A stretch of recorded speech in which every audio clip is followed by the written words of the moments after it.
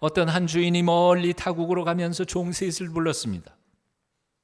첫 번째 종에게는 금 5달란트, 두 번째 종에게는 2달란트, 세 번째 종에게는 1달란트를 주었습니다. 그랬더니 그 종들은 그 길로 나아가서 5달란트, 2달란트를 가지고 장사 미천을 삼아서 열심히 장사를 했습니다. 그런데 세 번째 종은 어떤 이유에서인지 그 받은 달란트를 땅에다 그냥 파묻어 두었습니다. 세월이 지난 후에 그 주인이 돌아와서 종들과 결산을 하게 되었습니다. 첫 번째 종이 보고합니다. 보십시오, 주인님, 제게 금 5달란트를 주셨는데 제가 열심히 장사해서 5달란트를 남겼습니다. 여기 합계 10달란트 있습니다. 주인이 기뻐하며 칭찬했습니다. 잘했다, 착하고 충성된 종아, 내가 작은 일에 충성했으니 더 큰 일을 맡기겠다. 두 번째 종도 와서 보고합니다. 보십시오, 주인님, 제게 금 2달란트를 맡기셨는데 제가 열심히 장사해서 2달란트 남겼습니다. 여기 합계 4달란트 있습니다. 주인이 똑같이 칭찬합니다. 액수하고 상관이 없어요. 똑같이 칭찬합니다. 잘했다, 착하고 충성된 종아, 내가 작은 일에 충성했으니 더 큰 일을 내게 맡기겠다. 그런데 세 번째 종이 와서 말합니다. 주인님은 씨를 뿌리지도 않고 거두시고 투자하지도 않고 돈 버시는 분 줄 제가 알았습니다. 그래서 이 적은 돈 잘못 까딱했다가 날려버릴까 봐 땅에다 잘 보관했다가 안전하게 이렇게 가져왔습니다. 보십시오, 1달란트입니다. 그때 주인이 화가 나서 그를 향하여 꾸짖으며 이렇게 말씀하십니다. 이놈아, 나는 노력도 안 하고 돈 버는 줄 알았더냐. 만일 그런 줄 알았더라면 내가 그 돈을 가지고 이자라도 놓아서 별리라도 받았어야 될 것 아니냐. 이 게으르고 악한 종을 내어 쫓으라. 그리고 저놈에게 주었던 돈을 빼앗아서 있는 자들에게 나누어 주라. 무릇 있는 자는 더 받게 되고 없는 자는 그 있는 것까지 다 빼앗기리라. 아시죠? 예수님의 달란트의 비유입니다. 이 비유에서 주인은 5달란트와 2달란트 받은 종에게 이렇게 말합니다. 착하고 충성된 종아. 1달란트 받았던 종에게 이렇게 말합니다. 악하고 게으른 종아. 착한 건 뭐예요? 선한 건 뭐예요? 악한 건 뭡니까? 그 기준이 뭡니까? 아주 간단합니다. 착하고 선한 것은 자신에게 주어진 바에서 최선을 다한 사람은 착한 사람이고요. 게으른 사람은 악한 겁니다. 악한 거예요. 곰곰이 생각해 보세요. 1달란트 받았던 사람은 주인의 재산을 한 푼도 축내지 않았어요. 삥땅 치지도 않았어요. 도둑질한 것도 아니에요. 그렇다고 이 종이 나아가서 짓을 했거나 도둑질을 했거나 그러지도 않았어요. 그런데도 주인은 이 종이 마치 엄청난 죄를 지은 것처럼 호되게 꾸짖고 내쫓으면서 가지고 있는 것조차 빼앗아 버리십니다. 왜? 이 주인에게는 게으른 것이 악한 것이기 때문이었습니다. 하나님에게는 자기가 주어진 환경 속에서 최선을 다하지 않는 것이 그만큼 악한 것으로 해석되었기 때문이었습니다. 이 비유에서 예수님께서 강조하신 것은 무엇입니까? 당신은 게으른 것을 용납하지 않겠다는 말씀입니다. 받은 은사와 능력을 땅에 파묻고 아무런 열매를 맺지 않고 살아가는 삶에 대하여 우리 주님께서는 마지막 심판 때에서 결코 용서하지 않겠다 말씀하시고 경고하시는 것입니다. 주께로부터 엄청난 것들을 거저받았으면서도 감사할 줄 모를 뿐만 아니라 그 거저받은 것들을 가지고 최선을 다해 아름다운 열매를 맺기는커녕 오히려 게으름과 나태함 그리고 탐욕과 욕심으로 받은 것들을 쌓아두고 자랑과 교만의 도구로만 거들먹거리면서 그렇게 게으르게 살아가는 사람들을 주님은 결코 용서하지 않겠다는 말입니다. 두려운 말씀 아닌가요? 질문. 사랑하는 여러분, 오늘 이 하나님 예수님의 평가 기준에 비추어 보면 나는 지금 어떤 종입니까? 여러분은 지금 이 예수님의 평가 기준에 의하면 악한 종입니까? 아니면 착한 종입니까? 혹시 1달란트 받았던 종처럼 불평만 하고 있지는 않습니까? 에게 1달란트 이것 가지고 뭐해? 그래도 저 정도는 줘야 뭐 장사를 하든 뭐 봉사를 하든 구제를 하든 하지. 요까지 거 가지고 내가 뭘 해? 어떻게? 주님, 이게 뭡니까? 저 모 집사처럼 좀 돈 좀 풍성하게 주셔야 내가 헌금도 하고 봉사도 하고 구제도 하고 감사도 하지. 이까지 것 가지고 아무것도 먹고 살기도 힘든 이 상황 속에서 내가 뭘 하라는 말입니까? 혹시 불평하고 계시는 건 아니에요?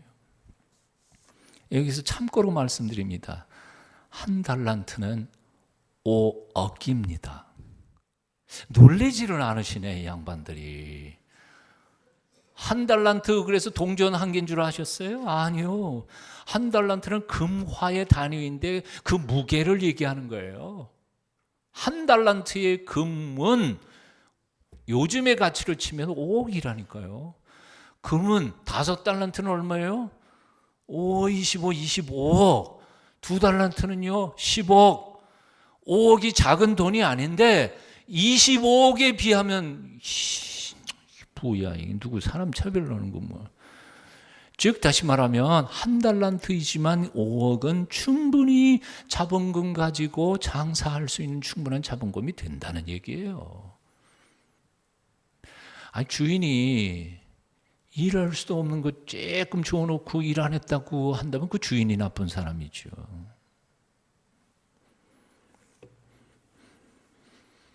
사실 하나님이 우리에게 주신 것은 너무나 많습니다.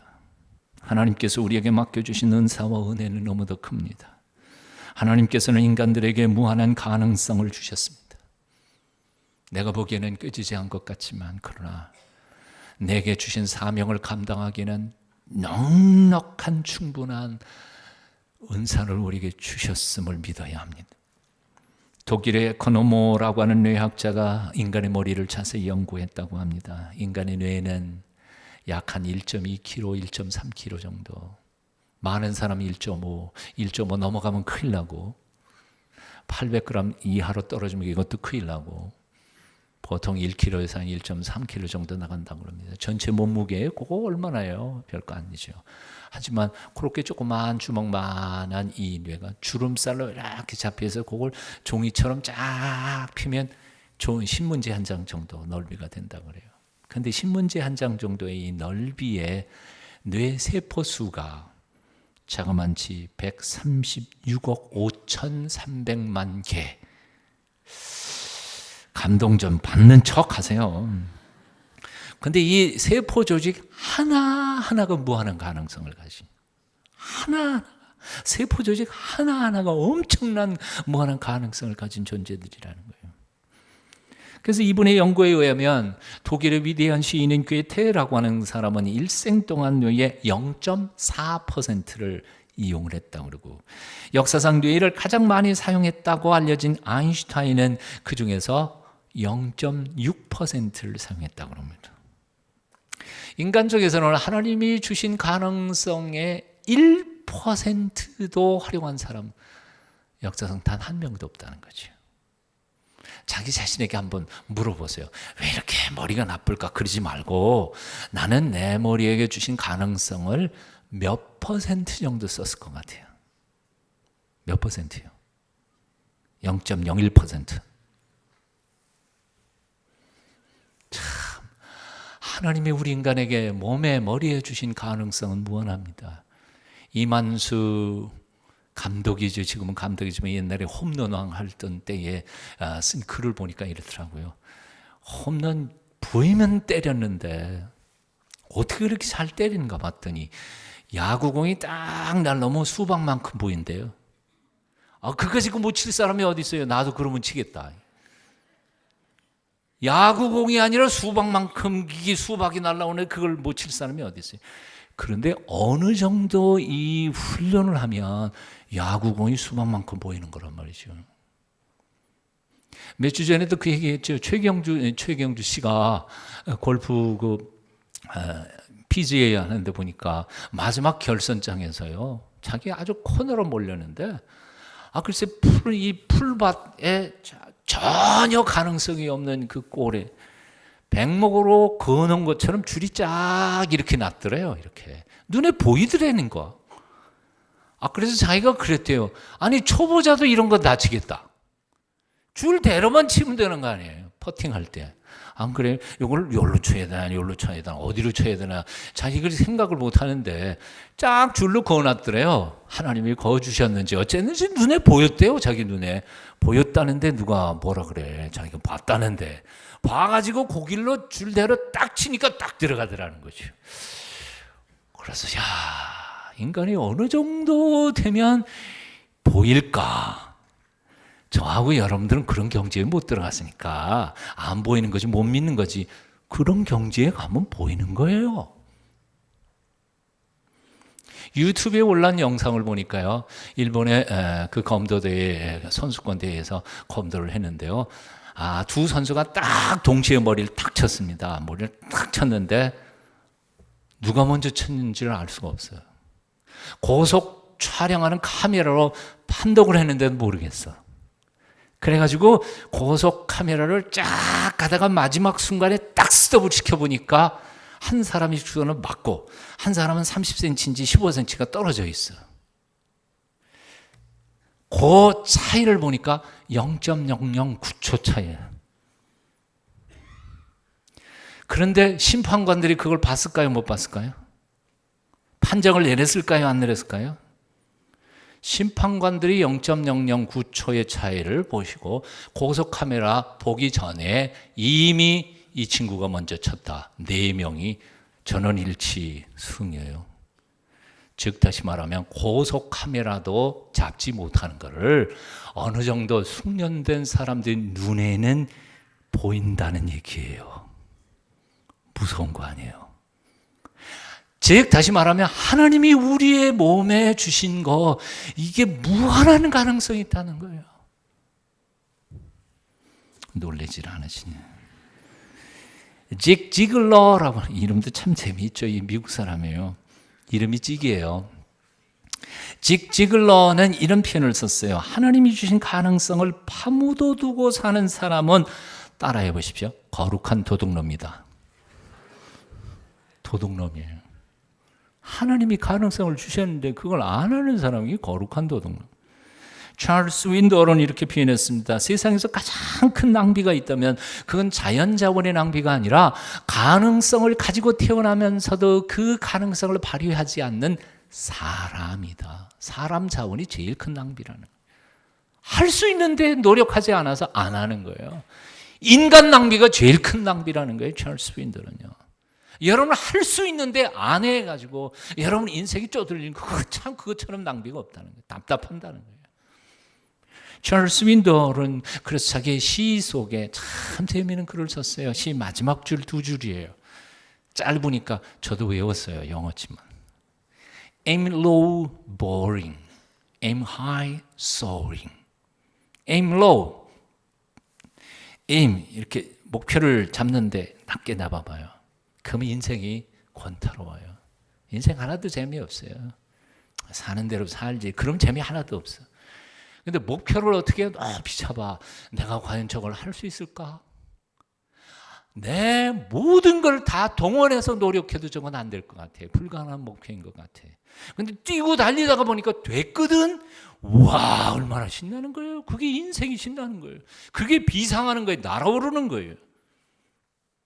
목표를 작게 잡아봐라. 내 인생은 권태로울 것이다. 그러나 높이 목표를 잡아봐라. 겨눠봐라. 내 인생은 비상하고 날아오를 것이다. 여러분의 환경이 어떻든지 간에 핑계대지 마십시오. 최선을 다하십시오. 하나님께서 여러분을 통하여 영광을 받으실 줄로 믿습니다.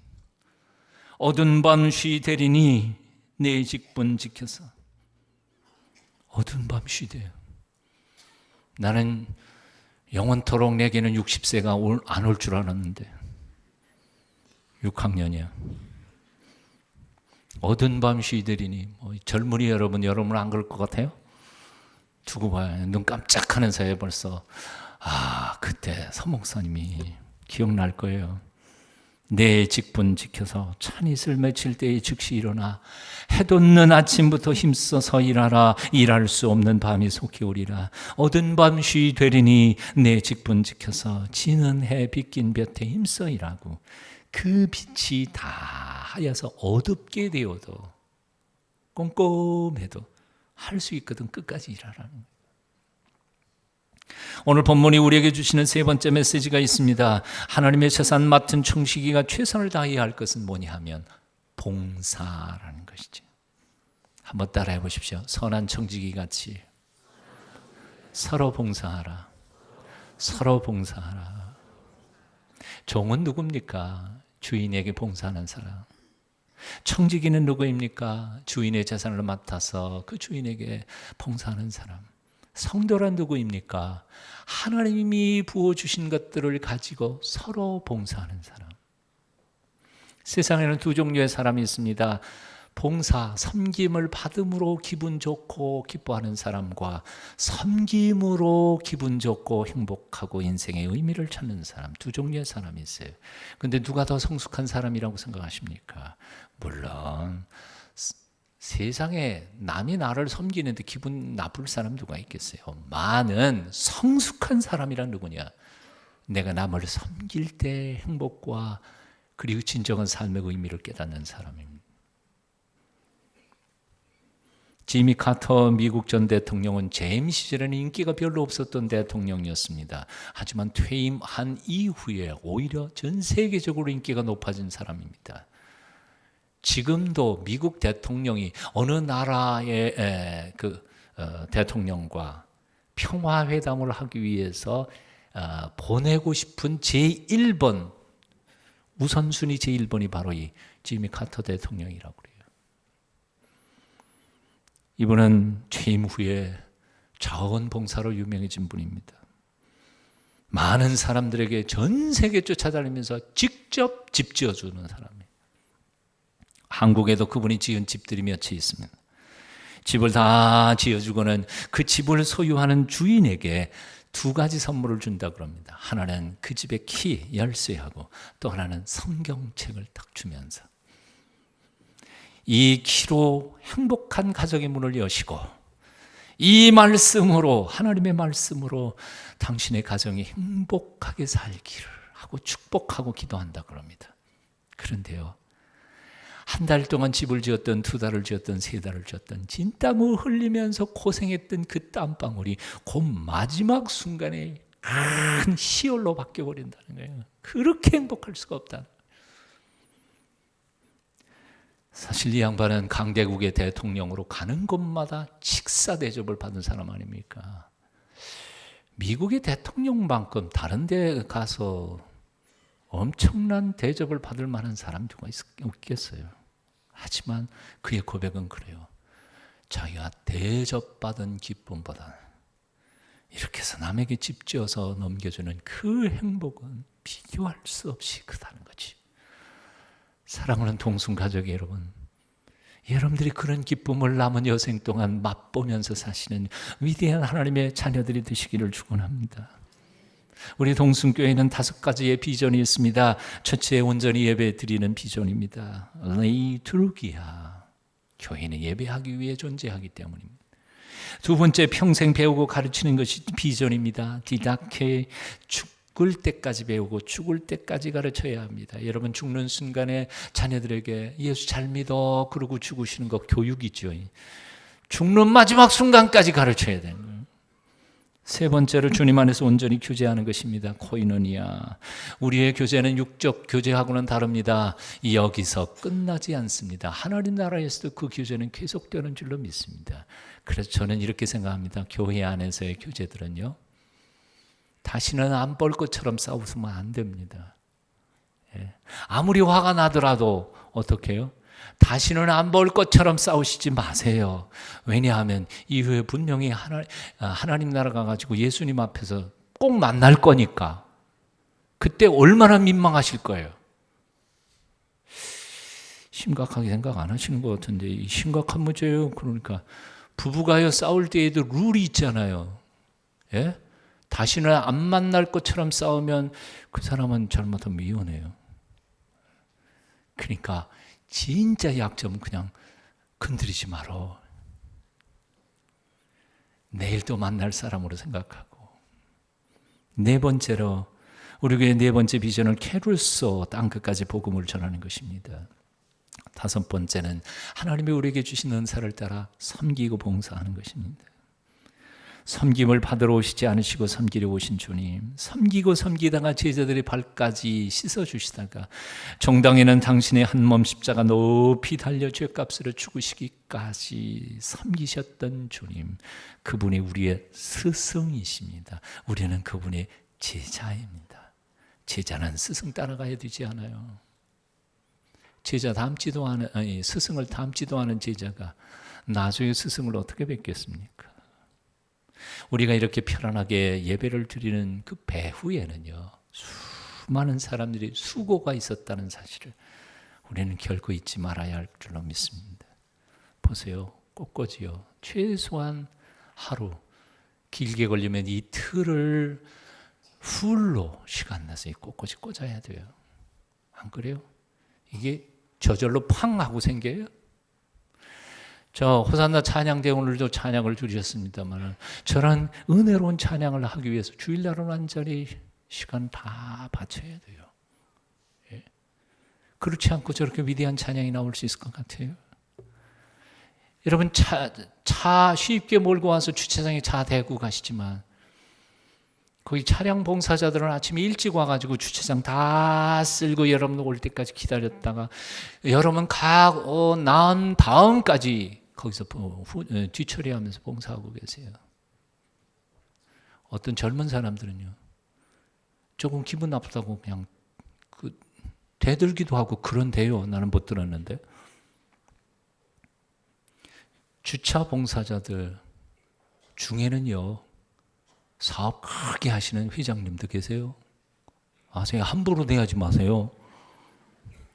그 양반은 자기 회사 가면요, 자기 차 손도 안 대요. 기사가 다 되고 청소 다 하고 모시러 다니고. 그런데 교회 주차장에 가가지고 남의 차 이렇게 하고 섬기고 있다고요. 섬기려고, 봉사하려고. 여러분들은 편안하게 예배드리는 이 순간에도 여러분의 자녀들을 가르치기 위해서 이 교회 안에 한쪽 구석에서는요, 땀을 빼는 선생님들이 계신다고요. 여러분 식사 한 끼 그저 뭐 별거 아니니다 하고 생각할지 모르지만 식당에 가서 식사 한 끼 잡수시고 가는데 그걸 위해서 토요일 날 하루 종일 식재료 갖다가 준비해가지고 오늘 하루 종일 봉사하는 식당 봉사자들이 있다는 사실을 잊어서는 안 됩니다. 세상의 모든 일이요, 저절로 되는 건 아무것도 없습니다. 누군가가 불편했고 누군가가 나 때문에 땀방울을 흘렸기에 내가 지금 편할 수 있는 거예요. 그런데 언제까지 이렇게 여러분 받기만 하실래요? 2013년 봉사신청서 여러분 주보사에 끼어 있습니다. 나는 내년도에는 여러분 중에 단 한 분도 예외 없이 꼭 이 봉사신청서에 쓰고 마당에다 내놓고 가시기를 바랍니다. 오늘 처음 나오신 분도 쓰세요. 교회를 위해서가 아니라 여러분 자신을 위해서입니다. 요즘에 가장 큰 문제는, 건강의 문제는 먹기는 잘 먹고 운동을 안 해서 비만이 생겨서 문제이죠. 영적으로도 가장 큰 문제는 뭐냐 하면 듣기는 많이 듣고 알기는 많이 아는데 손발이 움직여지지 않아서 영적 비만증으로 얼마나 많은 그리스도인들이 제멋대로 살아가는지 몰라요. 한 달에 한 번 이상, 적어도 한 주에 한 번만이라도 교회에서 봉사하십시오. 한 달에 한 번 정도는 꼭 교회 밖에서도, 여러분 직장이든지 여러분 동네에서든지 꼭 남을 위해 봉사하십시오. 쇳불로 단김에 빼놨다고 다음 주에 쓰겠다 그러지 마시고, 사람이 간사해서 다음 주 지나가면 또 생각이 확 바뀌어요. 그러니까 오늘 당장 예배 끝나기 전에 당장 써가지고 갖다가 내십시오.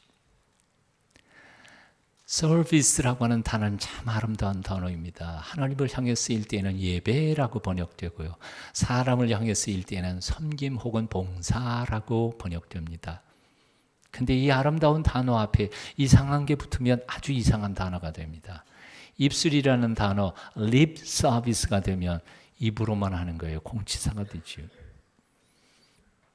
눈으로만 할 때 아이 서비스는 주인이 보면 일하고 주인이 안 보면 놀고, ear 서비스, 귀 서비스는요, 들어주는 거예요. 목사님 열심히 떠들어대십시오. 저는 잘 들어드리겠습니다. 하지만 사는 건 내 마음대로 살겠습니다. ear 서비스. 이게 오늘날만 그런 거 아니었던가 봐요. 영국의 존 웨슬레가 자기가 깊이 기도하는 중에 환상 중에 천국에 갔더니 눈에 뵈는 게 목사들의 입과 성도들의 귀만 왔더래요.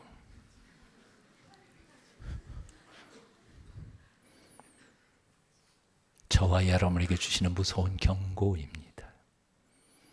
몸으로 움직이고 누가 보거나 안 보거나 충성봉사하며 하나님의 거룩한 나라를 만들어 가시는 저와 여러분이 되어야 할 줄로 믿습니다. 기도하겠습니다.